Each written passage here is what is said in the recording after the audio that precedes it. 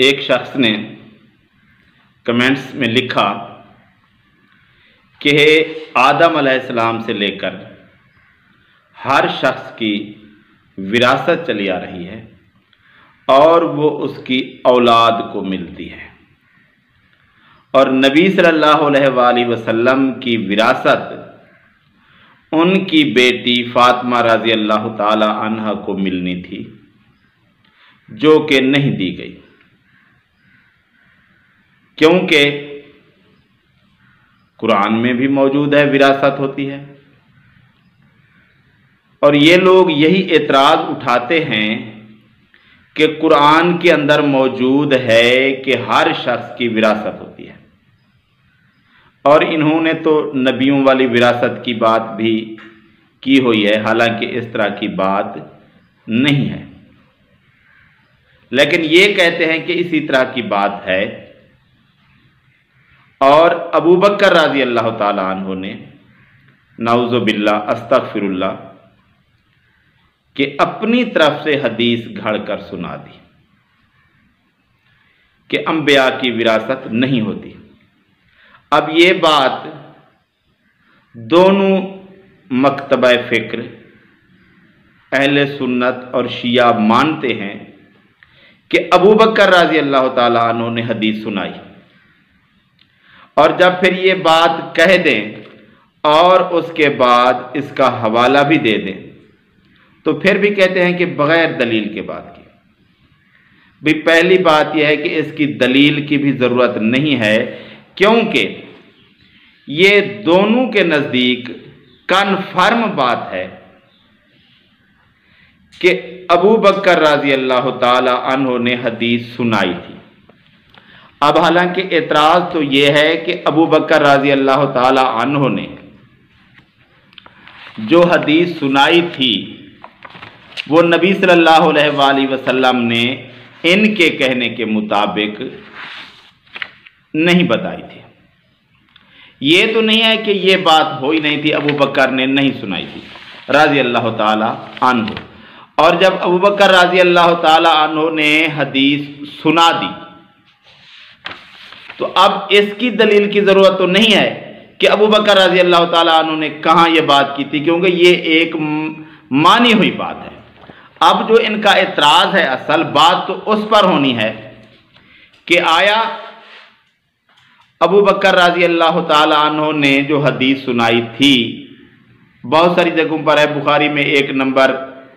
3093 بھی ہے اس کا، آیا وہ نبی صلی اللہ علیہ وآلہ وسلم نے فرمایا تھا یا نہیں فرمایا تھا؟ تو اس کا فیصلہ کیسے ہوگا؟ جب یہ ثابت ہو جائے کہ اللہ کے رسول نے فرمایا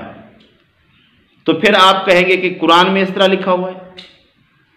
اور نبی فرمائے ایک بات اور پھر آپ اعتراض کریں گے قرآن میں اس طرح لکھا ہوا ہے، تو آپ سے بڑھ کر جہل اور کون ہو سکتا ہے جو نبی کی بات کے ہوتے ہوئے کہے کہ نہیں ہمیں قرآن اس طرح سمجھ آتا ہے؟ بھائی نبی نے جو بتایا وہی بات سچ ہے، قرآن کا مطلب ہی وہی ہے۔ اب بات صرف یہی ہے کہ ابو بکر رضی اللہ تعالیٰ عنہ نے جو حدیث سنائی، آیا وہ نبی صلی اللہ علیہ وآلہ وسلم سے سن کر بتائی یا اپنی طرف سے بتائی؟ اصل ایشو تو یہ ہے، یہ تو نہیں ہے کہ آپ اس کے مقابلے میں قرآن فلاں بات لے کر آتے رہے۔ جب نبی صلی اللہ علیہ وآلہ وسلم سے ثابت ہو جائے بات تو پھر اس کے مقابلے میں قرآن کو بھی نہیں لے آنا چاہیے، کیونکہ قرآن کا صحیح مطلب اللہ کا رسول جانتا ہے،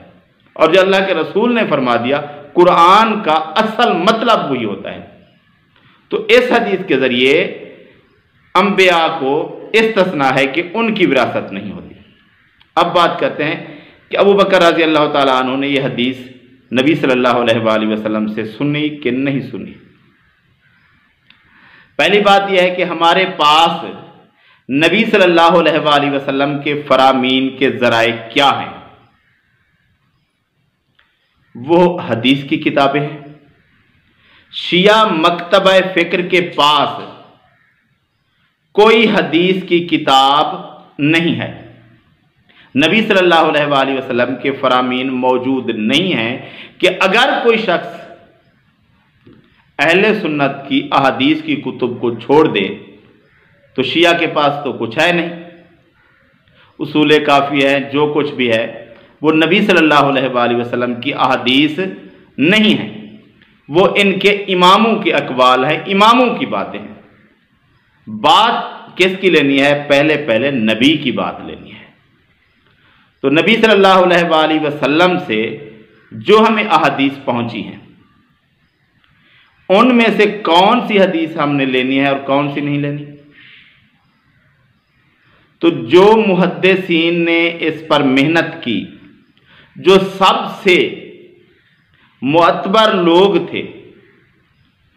ان کی جو روایات ہیں اگر ان کو رد کر دیا جائے تو جو ان سے کم درجے کے یا غیر معتبر لوگ ہیں ان کی روایات کو کیسے لیا جا سکتا ہے؟ جب زیادہ سچے لوگوں کی روایت کو بھی نہیں ماننا تو پھر عام لوگوں کی، ان سے کم درجے کے لوگوں کی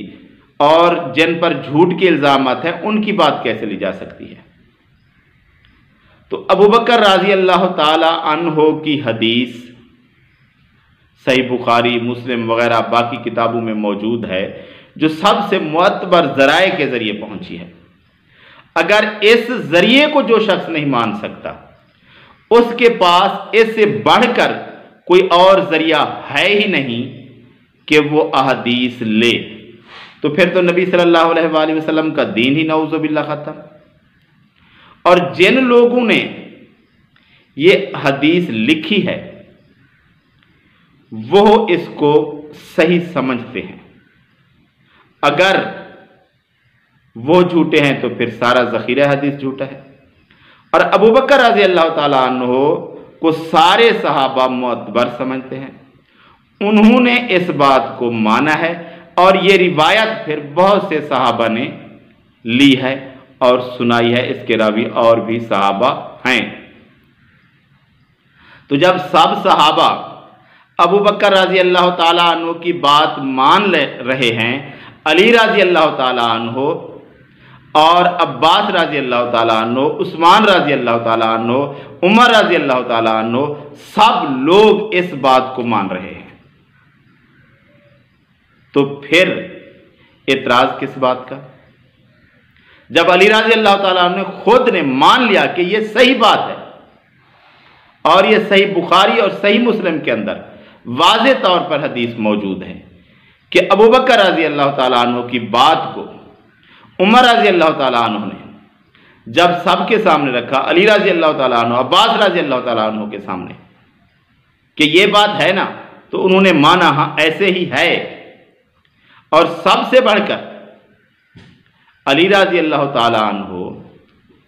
جو بنو نذیر کی جائیداد کے سربراہ بنے، اپنے پاس رکھی وہ اور وراثت کے طور پر نہیں، انہوں نے مانا کہ میری وراثت نہیں بنتی، اس لیے میں اسے اپنے پاس ایز اے سربراہ رکھ رہا ہوں۔ جب علی رضی اللہ تعالیٰ عنہ نے مان لیا، صحابہ نے مان لیا، تو پھر کون ہوتا ہے جو اعتراض کرے؟ اور اگر اس کو اعتراض کی وجہ سے نہ مانا جائے اس حدیث کو، تو پھر باقی کو بھی نہیں مانا جا سکتا، کیونکہ وہ یا اس کے برابر درجے کی ہے یا اس سے کم درجے کی ہیں۔ تو جو ایک حدیث جو صحیح سند کے ساتھ صحیح درجے کی ہمارے پاس پہنچی ہے، اگر اس کو نہیں مانا تو پھر تو کچھ نہیں بچتا، اور اہل سنت کا کچھ بچا نہیں، شیعہ کے پاس کچھ ہے نہیں، تو پھر اسلام کیا ہے؟ پھر تو اسلام کچھ نہیں ہے نا۔ ایک طبقے کے پاس سرے سے کچھ ہے نہیں، نبی صلی اللہ علیہ وآلہ وسلم سے کچھ نہیں ہے، اور ایک طبقے پاس جو کچھ ہے اس کو نہ مانا جائے تو پھر اسلام کیا بچتا ہے؟ پھر تو کچھ نہیں بچتا۔ تو یہ اگر کسی نے مسلمان ہونا ہے تو اس کی مجبوری ہے کہ وہ ان باتوں کو مانے، کیونکہ ان باتوں کے ماننے کے سوا اور کوئی اس کے پاس چارہ نہیں ہے، یا پھر اسلام کو چھوڑ دے یا پھر ان احادیث کو مان لے، کیونکہ احادیث ہی بتاتی ہے کہ قرآن کیا کہتا ہے۔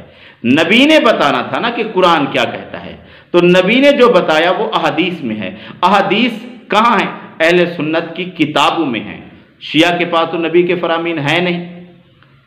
آٹے میں نمک کے برابر کہیں کہیں آ جاتے ہیں، لیکن نبی صلی اللہ علیہ وآلہ وسلم کے فرامین تیلی شیعہ کے پاس تو خود ہے ہی نہیں، تو کہاں سے پھر لائیں گے؟ تو اگر مسلمان رہنا ہے تو اس حدیث کو بھی ماننا پڑے گا، اور باقی روایات جو صحیح سند کے ساتھ موجود ہیں ان سب کو ماننا پڑے گا۔